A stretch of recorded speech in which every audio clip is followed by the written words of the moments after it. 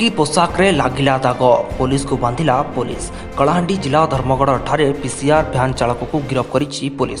सूचना मुताबक धर्मगढ़ ठारे पीसीआर भ्यान चालक बुलू नायक धर्मगढ़ सदर स्थित 3 छक रास्ता मझिरे पीसीआर भ्यानटी को दीर्घ समय धरी रास्ता उपरे रखिथिबारु जानबाहन यातायात पई बाधाप्राप्त होइतबा फଳରେ स्थानीय लोके फोन करथिले पुलिस को।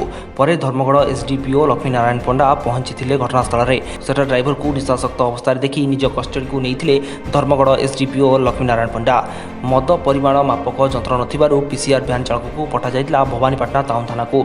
कलमपुर मोहम्मद मंजूर इलाही का रिपोर्ट आज टीवी।